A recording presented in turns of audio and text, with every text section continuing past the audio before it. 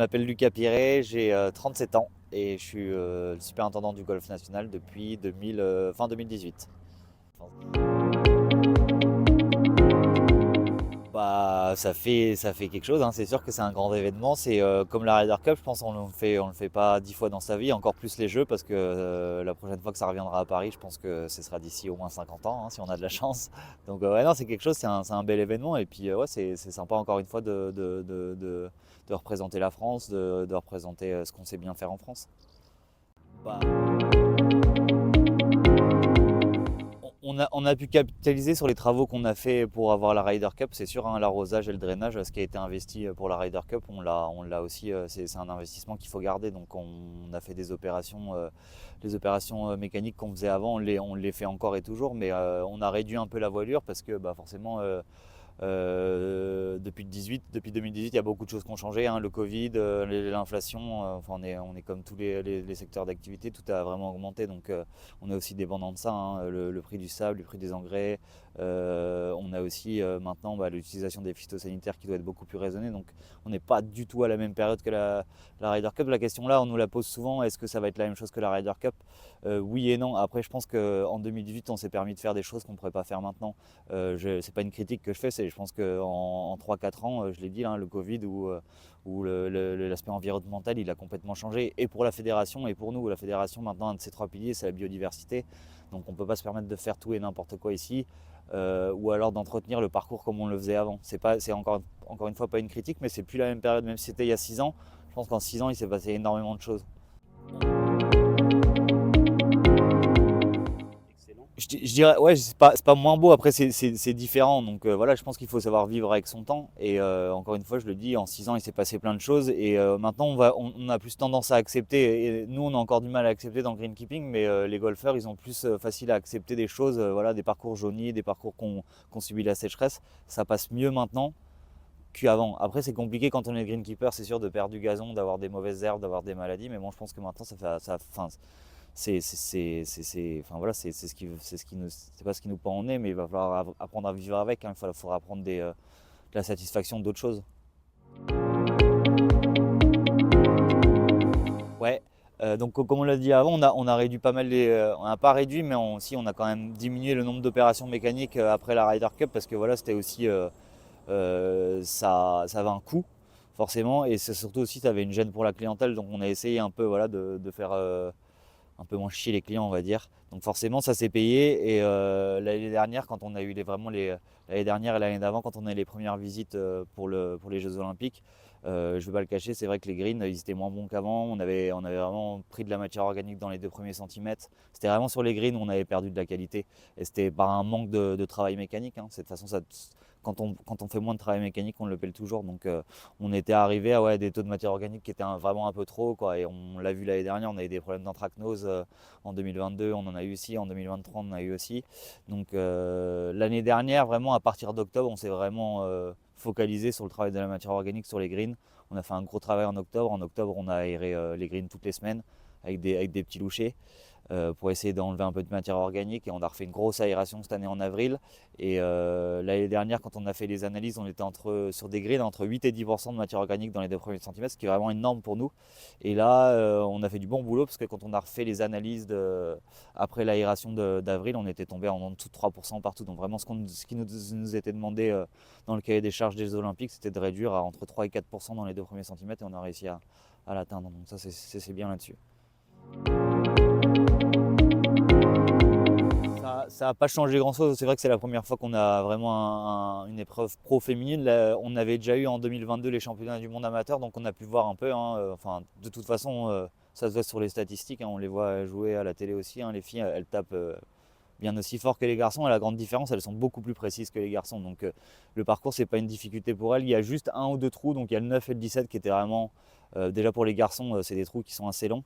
Où on a recréé 2 départs entre nos départs dames qui étaient un peu trop avancés, et les premiers départs garçons qui étaient un peu trop éloignés. On a recréé 2 sets de départ là au 9 et au 17. Mais en vrai, les filles, enfin, on n'a pas fait un plan spécial filles et garçons. Elles vont jouer vraiment le même parcours que les garçons, à quelques distances près sur les départs. Elles jouent les mêmes conditions. Ouais, c'est pareil, c'était dans le cahier des charges quand il y a eu les premières visites de l'IGF et tout. Ils avaient décelé un manque de, voilà, de finition, manque de détails. Et c'est vrai que voilà, quand on était l'année de la Ryder Cup, on était à plus de 40 CDI. Là, en temps normal, depuis en 2019, il nous a manqué jusqu'à 15 personnes. Après le Covid, on a eu du mal aussi à recruter, aussi pas mal.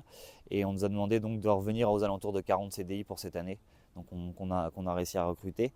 Parce que de toute façon, toutes les personnes qui font ce métier le savent, hein, si on n'a pas beaucoup d'effectifs humains, c'est compliqué de faire du détail toute la journée et de faire des opérations mécaniques et de travailler sur de la qualité. Enfin, c'est le nerf de la guerre, les bras et les jambes, c'est le nerf de la guerre. C'est vrai. Alors ça nous impacte. Oui et non. Nous, on a de la chance ici quand même qu'il y ait des gros travaux de drainage qui ont été faits, les fentes de ceintement. Le parcours, il draine encore super bien et c'est ce qu'on a dit avant aussi, hein, les opérations mécaniques, on les fait aussi pour entretenir tout ce système de drainage.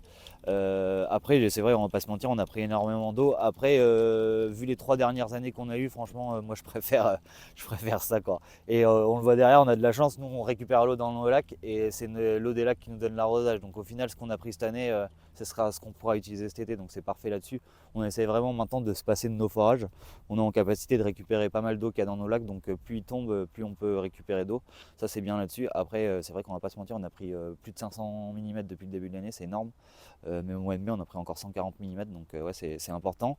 Mais de toute façon, je pense que là maintenant, une année après l'autre, ça ne ressemble pas. On a soit trop d'humidité, soit pas assez. Donc là, moi, ça me va bien comme ça à 20 degrés avec de la pluie un peu tous les jours. Je chine tout le temps, quoi. Bah, nous, on était déjà engagés dans pas mal de trucs. Après, on les a vraiment continués. Je pense que le point important de cette année, c'est vraiment les machines électriques, hein. Ça fait 18 mois qu'on est engagé avec Jacobson, donc notre partenaire, pour avoir un parc pas loin d'être, on va dire, à 95%.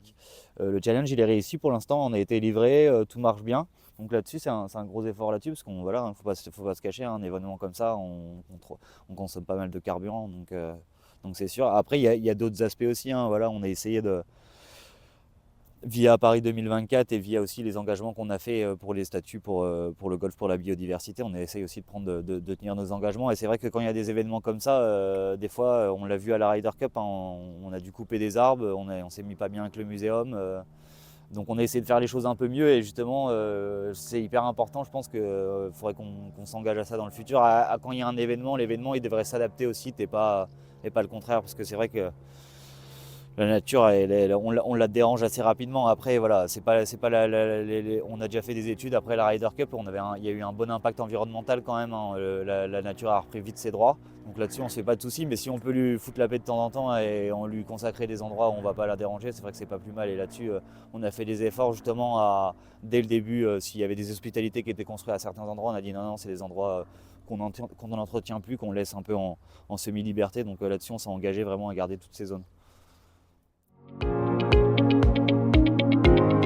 Ouais, les refs, après il y a eu, ouais, c'est pas polémique, mais voilà, nous, ça faisait quelques années qu'on était reparti vraiment à laisser pousser les refs, ce qui n'était pas en jeu, vraiment à laisser pousser fort, quoi, à faire qu'une tombe par an, à les rabattre.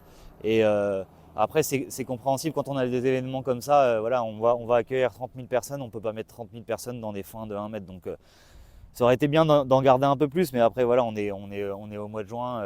Là, à partir de maintenant, on les tombe plus, c'est au ref, donc je pense qu'ils vont avoir largement le temps de repousser. On aurait pu mieux faire, mais bon, voilà, on a tous.